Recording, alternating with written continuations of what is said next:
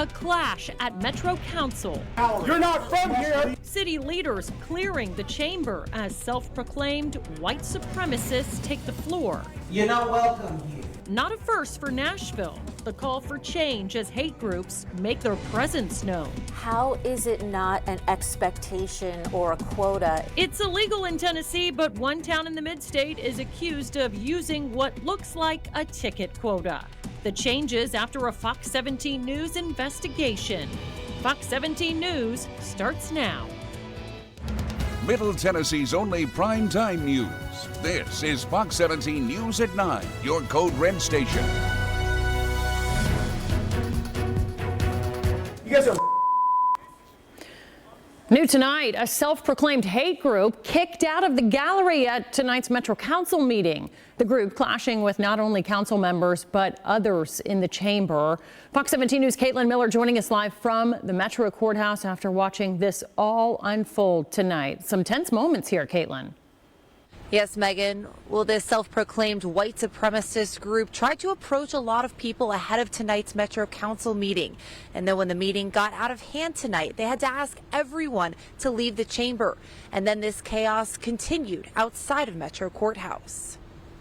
Are you going to allow us to speak? This self-proclaimed white supremacist group caused a lot of mayhem in the Metro Council meeting Tuesday night. Clear out your communists so I can talk. Metro Councilwoman Zulfat Swara addressed this group. I want to say to all these visitors from out of town, you're not welcome here. And then when it got out of hand and they couldn't make announcements without hate language being used, Swara ordered everyone to clear out of the gallery. When you come for one of us, you come in for all of us, and we continue to stand together as Nashvilleians. Fox 17 News spoke with people who attended the Metro Council meeting after this unfolded. It doesn't make us feel safe, and I think that's why we came here. Nikki Pope says this is raising major safety concerns all around Nashville. Jacob Huff, a Nashville resident, asked to take photos at tonight's meeting, says there's no place for hate in Music City. I want these people to be held accountable for their cowardice and held accountable for their bigotry and discrimination of people that are different than them. Fox 17 News went to Metro Councilman Jacob Coupin, who represents the downtown district, where a lot of these demonstrations are happening. What are Metro leaders like yourself doing to address this issue? Well, the first thing is sending the message that they're not welcome here. Nazism has no place here. White supremacy has no place here, and I will continue to speak loudly and clearly on that. Coupin says the city is watching. Metro Councilman Coupin says that he supports freedom of speech, but he says that he's contacted Metro Police and the DA's office asking them to cite violations for anything that falls outside of the realm of free speech. Reporting live from downtown, I'm Caitlin Miller, Fox 17 News, your Code Red station. Continuing coverage as we've seen demonstration after demonstration from self-proclaimed white supremacists. They've been in Nashville 3 times in 2 weeks, passing out anti-Semitic and anti-LGBTQ pamphlets. As Fox 17 News' Kylie Walker explains, while freedom of speech is protected, community advocates are calling for Metro leaders to step up. I spoke with representatives of the Jewish Federation who tell me they've been tracking this particular group for a few weeks now, most of them from out of town, hitting up various cities across the country. But they do believe there is a reason why Nashville's on their radar.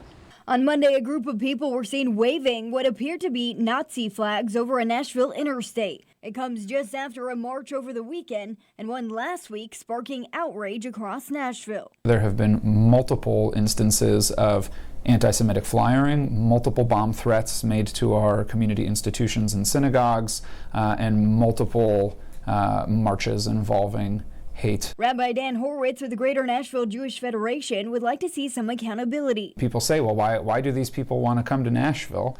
Nashville's awesome. Nashville's a wonderful place. But also there haven't been repercussions for these groups for coming to Nashville. Rabbi Horowitz is pointing to this city ordinance. It says groups of 20 or more that plan to be on sidewalks must notify the chief of police 4 days prior to the planned date of a picket, march, or procession. We asked Metro Police, did these groups notify them? We received a simple no. We then asked why this ordinance was not enforced, at least for the marchers that had a larger group. We received a lengthy statement that says in part that a violation of such ordinance is civil, not criminal, meaning that fine is capped at $50 by the Tennessee Constitution. We asked if fines were handed out, and they say that police have no authority to fine anyone for anything. That's levied by judges. We, of course, respect free speech laws and rights in the First Amendment. There are time, place, and manner restrictions, and there are tools that are in place already.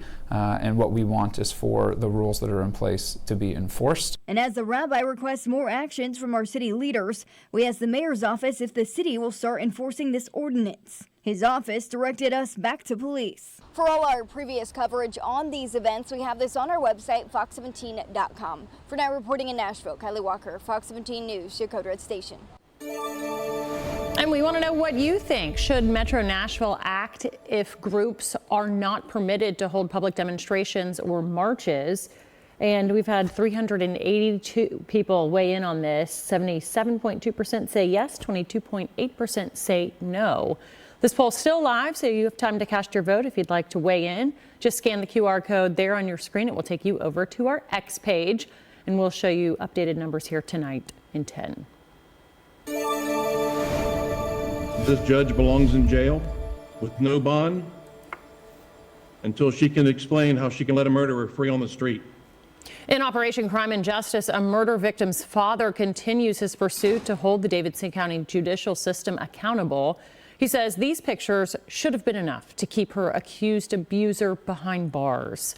Instead, a judge dropped that bond, allowing Bryson Rivers to walk free on the streets.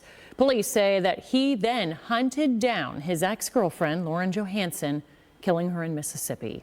Fox 17 News' Karen Aguilar joining us live from the Metro Courthouse after digging through court documents. Karen? Megan, we looked at the bond hearing court transcript and bone-chilling evidence submitted by the prosecutor before a judge reduced Bryson Rivers' bond, the victim's father, telling me the judge's decision was unacceptable. We must warn you, some of the photos you're about to see are graphic. Well, I just don't know how any human being in their right mind could look at the pictures of my daughter, could see the evidence the detectives presented, and make a decision to lower a bond. Dr. Robert Lance Johansson is furious and heartbroken after digging into what led up to his daughter Lauren Johansson's murder.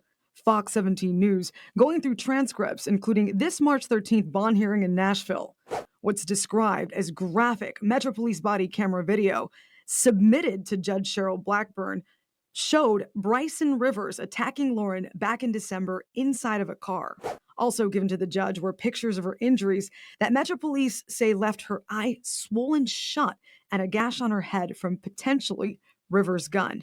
Later submitted to Blackburn, there were repeated cries for help and an audio recording of what went on inside the car. Police also testifying how serious they say the beating was, including her screaming for help and him covering her mouth. I remember telling the judge that he hit her over 100 times. The assistant public defender made the argument Rivers could not afford his current bond. And after taking the case under advisement, the judge later considered it, along with all the evidence, reducing the bond from around $250,000 to $150,000. Not to mention, mistakes with Rivers' GPS monitoring were made. And the problem here is not just that the judge makes this bad decision, but the entire system that's supposed to do what the judge ordered is ineffective. Lance tells me that he prays what happened to his lovely daughter, Lauren Johansson, does not happen to anybody else. Reporting live in Nashville, Karen Aguilar, Fox 17 News, your Code Red station. Well, new tonight, the mayor's transit plan will now be on the November ballot. It passed the final vote at Metro Council tonight. If voters sign off in November, it would designate a source of funding for not only public transportation, but infrastructure like sidewalks. It's something supporters say is long overdue. It's a no-brainer. Anyone who's been trying to go down 65 across Trinity Lane can't tell me we don't need it. Anyone who's tried to walk their dog in a neighborhood without sidewalks, like I do every day, can't tell me we don't need it. Also part of the transit plan, 17 new park and ride locations and 12 community transit facilities. Well, we're taking a live look now at the Republican National Convention in Milwaukee, Wisconsin. It's night 2, and Republicans are wrapping the night up with a focus on making America safe again by addressing crime and immigration. Fox 17 News' Atra El-Nashar in Milwaukee tonight with more. The theme of the convention tonight may have been Make America Safe once again, with a focus on crime and immigration. But the biggest moments aren't coming from speeches about policy.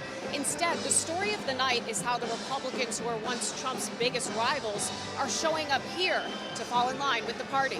The newly formed Republican ticket showing up for night 2 of the RNC. In a last-minute schedule change, former UN Ambassador Nikki Haley speaking at the RNC, an event she once hoped would be held to nominate her as the Republican presidential nominee. To a crowd of Republican delegates holding Trump-Vance signs, Haley calling on voters to support a candidate she once said could never win. President Trump asked me to speak to this convention in the name of unity. Donald Trump has my strong endorsement, period. With the night's focus on crime and the southern border, Trump invited the brother of Rachel Morin to speak. Prosecutors say the Maryland woman was raped and killed by Victor Antonio Martinez Hernandez, a fugitive from El Salvador who officials say entered the U.S. illegally after killing another woman in his home country. Conscious of Republican criticism of President Biden's handling of the issue, the White House sending out data from the Department of Homeland Security, pointing out a recent 50% decline in unlawful crossings at the southern border. Trump and Vance once again sat side by side, surrounded by family and political allies, and we're learning their first joint campaign event will be Saturday in Grand Rapids, Michigan, a critical area of a battleground state that both the Trump and Biden campaigns see as a must-win in November. In Milwaukee, I'm Atra El-Nashar. Fortunately, today we were able to escape the 100-degree mark. We only reached 96. Still hot, yes, but general trend here is going to be the fact that we are cooling things down and our rain chances will be going up. You can see here from our South Nashville camera some patchy fog that has developed, and we'll see a little bit of that as we head through the overnight. In addition to that, the potential for a few isolated showers and storms, wind and rain, the primary concerns here. But things are pretty quiet at the moment. I would expect more of these showers to occur very early tomorrow morning. We take a look just to our west. We are seeing some showers out of Arkansas, but I would say that we're looking at this line here that's developing through Missouri and into portions of Kentucky that may march our direction for the morning hours. Our severe weather outlook, this is for the overnight hours. It does have our southern Kentucky counties in a level 2 risk, but again, I think this is mainly going to be for after about 4, 5, 6 o'clock in the morning. And I still think we're looking at a very isolated threat for anything that may be strong. Wind and rain, the primary threats, tornado threat, very low, I should say. Temperatures for tonight right around 77 in Nashville, 73 in Clarksville. We'll talk more about some rain chances that are around for the next several days coming up in your Fox 17 Code Red forecast. Thank you, Katie. Ticket trouble in one mid-state town.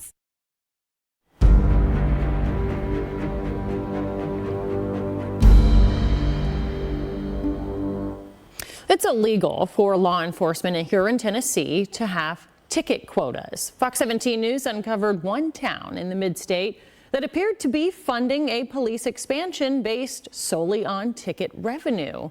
After Fox 17 News investigates, our very own Kelly Avellino found that Petersburg dropped its plan to hire more officers, reverting back to a much lower police budget. It's a 1 square mile town that voted to go from 2 officers to 5 last year with raises, despite having some serious budget problems. Listen to this Petersburg public meeting from last June. The past, I think it's 3 years, we have eaten into our cash reserves. At that same meeting, Petersburg Police Chief Matthew Griffey handed out this document showing projected ticket revenue that read, citation expectations are 9 per shift or 288 citations a month. The chief told the board, I've written 18 citations in one shift. Mark's written 26 and about a shift and a half. Chief Griffey told us he aimed to expand police coverage around the clock for the town of just over 500 people. I'm trying to give the citizens what they've been asking for over 5 years. And I'm trying to get officers to here to where they can support their families. The mayor and board voted to approve the plan that more than doubled the police budget and increased the expected revenue from court fines and costs by more than $217,000. Fox 17 News showed up to the town's traffic court before our first report. That's all they do is sit right there all the time and radar, and there's just really not much else going on in this town. I'm going to have almost a $700 ticket. Kind of like policing for profit, sounds like. I asked the chief directly if this was a ticket quota, which is against Tennessee state law. I have never implemented a quota. How is it not an expectation or a quota if you're basing your budget for the police department on it? I'm not basing it on that. Like I said, those are just mock numbers. Right, They're just projections of what could happen. What did happen? A Fox 17 News records request shows that Petersburg ticket totals were well under 288 citations a month following our story. And last month, the Petersburg mayor and town board voted to lay off that additional officer they brought on just a couple months after passing the expansion. That also reduced the police budget by some $80,000. We were told we can't afford to maintain the third officer. The town also cut the expected revenue from court fines and costs for the 2025 budget significantly. The chief is not happy, but he understands. He says I do agree that something needs to be done for the betterment of the town to help out financially. Now, the town of Petersburg sits within 2 different counties, and the sheriff's departments from either of those counties can respond to Petersburg calls if needed. I'm Kelly Avellino for Fox 17 News, your Code Red station. Well, looking ahead to tomorrow night on Fox 17 News at 9, a family in Clarksville not happy with how the school district cared for their son. Jaden is deaf, but also has mental health and behavior concerns. After struggling at Montgomery Central Middle School, his mother tried getting the district to send him to a special school in Pennsylvania. The district disagreed, saying he was getting better. But one person who works closely with Jaden says that wasn't the truth. It's extremely frustrating because I expected as educators to be honest about the child's education, and I felt almost like making up data it's like you're just passing him through and it's not accurate. Fox 17 News' Amanda Chin presses the district for answers tomorrow night on Fox 17 News at 9. Plus, hear what the school is now doing since we brought this story to their attention. Well, let's start off here with a live look over Metro Center. We have had quite a bit, I should say, of hot days over the past several afternoons here. And although we did not hit 100 degrees, we had another day well above 90. So we add to our total here 32 days now for the year at or above 90. And a lot of these have been well above 90, especially in the last month. The change, though, coming in beginning tomorrow. It'll still be hot. We'll still be in the mid-90s, but we will start to see better chances of rain, and that will offer some relief and then even more relief as we head towards Thursday and Friday. So these rain chances here looking great as we see decent chances for Wednesday and even Thursday. Slightly lower chances for Friday, but going back up into the weekend, Saturday, Sunday, and Monday. So overall, the pattern shifting more into an unsettled pattern. We'll have the potential for some showers and storms around the area. For tomorrow, temperature around 83 at 10 o'clock. We do find more of that rain as we head into the afternoon hours. Won't be raining all day, of course, but that chance will linger. I mentioned some showers for tomorrow morning. Future Track, the latest run here, which I will say models have been struggling with, does indicate some showers and storms for the morning hours, mainly in our northwestern counties. Watch what happens, though, as that line moves more into Middle Tennessee. It begins to lose a lot of steam. Still, I think we could be looking at some rain around, especially north and western Nashville for the morning hours and into the afternoon. This is 12 noon. Notice we do have breaks in between these showers here, but a couple more will be possible as we head through Wednesday night and early Thursday. This will be along the front. So as the front pushes through, we will finally begin to cool down a little bit, especially by Thursday. You'll really feel it Thursday afternoon with temperatures only in the mid 80s.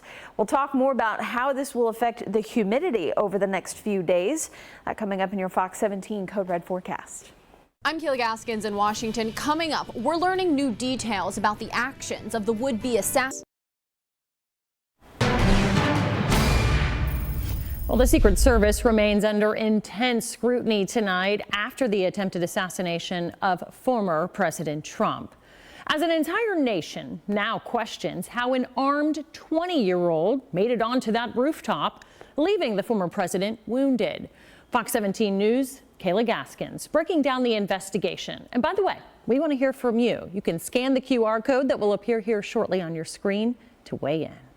And we are here to Kimberly Cheadle, head of the Secret Service, breaking her silence Monday. The buck stops with me. I am the director of the Secret Service. Sitting down with ABC News for her first interview since the attempted assassination of former President Donald Trump. It was unacceptable, and it's something that shouldn't happen again. The Secret Service under intense scrutiny for the massive security breakdown. Patrick Yoes, president of the National Fraternal Order of Police, taking issue with a spokesman for the Secret Service who, he said, suggested local law enforcement was supposed to be posted in the area. In a statement, Yoes said, "This is a failure at the management or command level." It's one of those situations where you can delegate authority, but you can't delegate responsibility. President Biden also pointing fingers at local law enforcement during a Monday interview with NBC's Lester Holt. There's a major piece of this relates to domestic, local law enforcement. They play a large role. The Secret Service releasing a statement overnight saying any news suggesting the Secret Service is blaming local law enforcement is simply not true. Who is most responsible for this happening? What I would say is that the Secret Service is responsible. Here's what we're learning the shooter did in the days before opening fire. On Friday, he went to a shooting range in Pittsburgh where he lived and practiced. On Saturday morning, he went to Home Depot and bought a ladder. Later that same morning, he went to a gun store and bought 50 rounds of ammunition. After that, he made the hour drive north to Butler, where the Trump rally was taking place, and he was spotted by cops 26 minutes before firing shots. And about a minute and a half before the shooting, people in the crowd took notice of the shooter, one onlooker taking this video. We're also learning the local sniper team was stationed inside the building, positioned on the second floor, while the gunman was on the roof. Investigators gained access to the shooter's phone, computer, and home, but say they still haven't found evidence of why he tried to kill President Trump.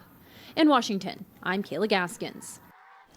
Well, during that story, we had a QR code linked up to this poll asking the question, should the Secret Service director be fired following the Trump assassination attempt?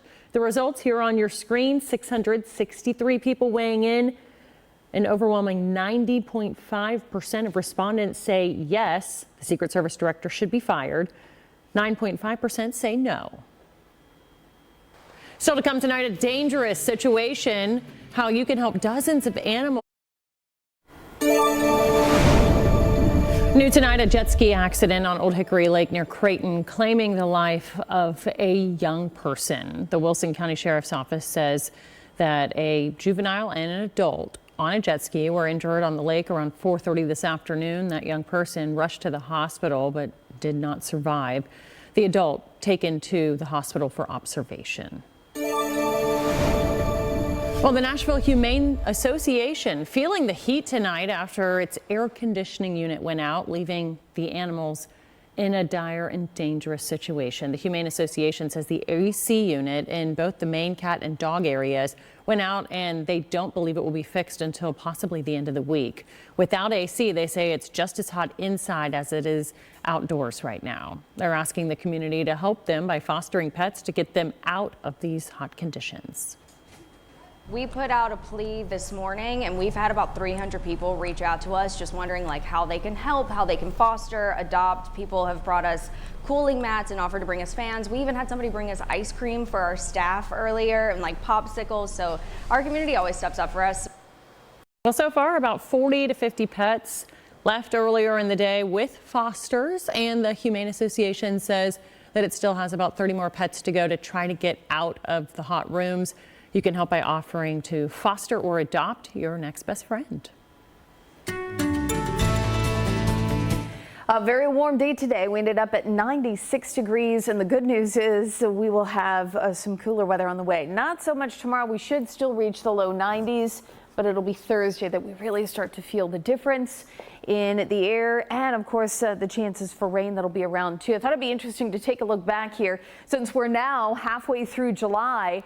Almost every day has been below or above average, I should say. So every day here in orange indicates a day that our high temperature was above average, which is around 91 for this time of year, right around 90 the beginning of the month here. So only the 1st and the 10th were below 90 degrees here in Nashville.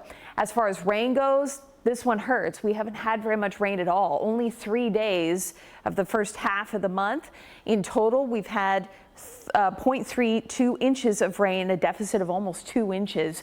But I mentioned the good news is we do have more rain on the way. We'll talk about how much we could find with some of these pockets of rain that'll be moving through for tomorrow. That coming up in your Fox 17 Code Red forecast.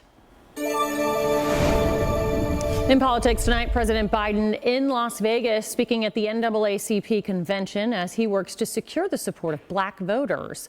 This as calls for the president to end his re-election campaign appear to have slowed down. Fox 17 News' Matt Galka takes a look at where things stand. The president had been facing a growing mutiny in his party, asking him to abandon his re-election bid.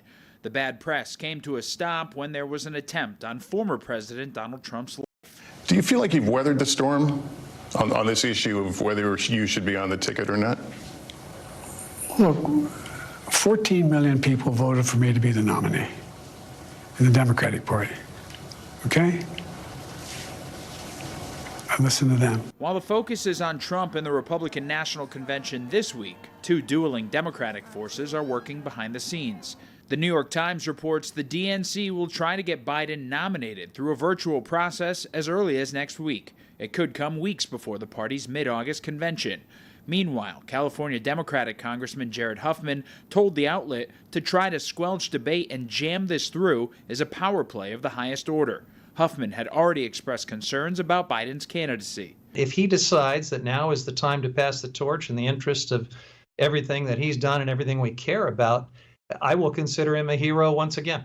Huffman is reportedly passing around a letter with colleagues asking to delay the nomination. Axios obtained the letter, which reads in part, "There is no legal justification for this extraordinary and unprecedented action, which would effectively accelerate the nomination process by nearly a month."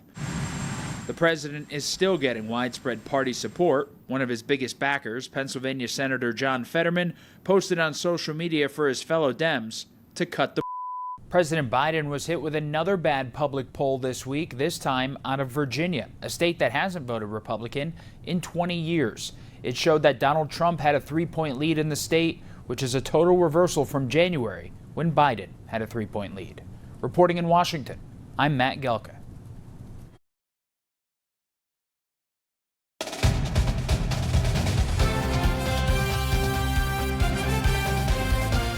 Well, the Nashville Predators made a big splash in free agency this summer, and one of the biggest names that they signed, former Tampa Bay Lightning captain Steven Stamkos. Fox 17 Sports Director Jill Jelnick has more on how the star is fitting into Smashville.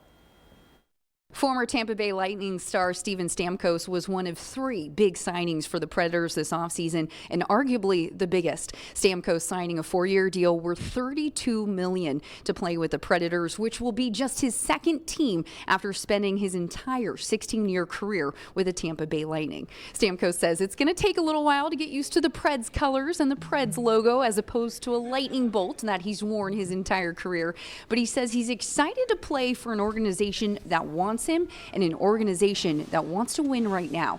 Stamkos captained the Tampa Bay Lightning to back-to-back Stanley Cup championships in 2020 and 2021, and he says his goal here, do the same thing in Nashville. We want to win a Stanley Cup. That's why we play the game, and I think some people are sometimes afraid to say that, and it heightens expectations, but at the end of the day, I've always been a big believer that you have to believe that you can do it in order to achieve it.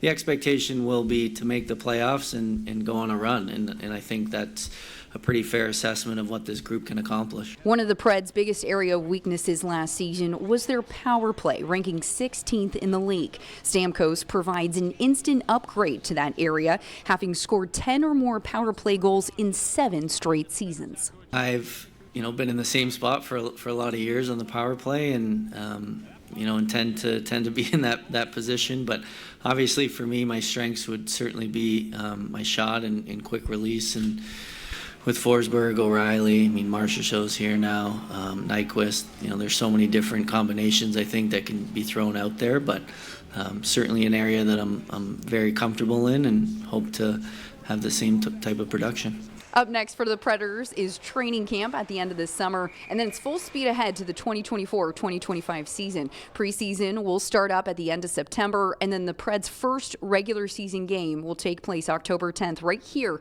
at Bridgestone Arena against the Dallas Stars. Jill Jelnick, Fox 17 Sports, your Code Red station.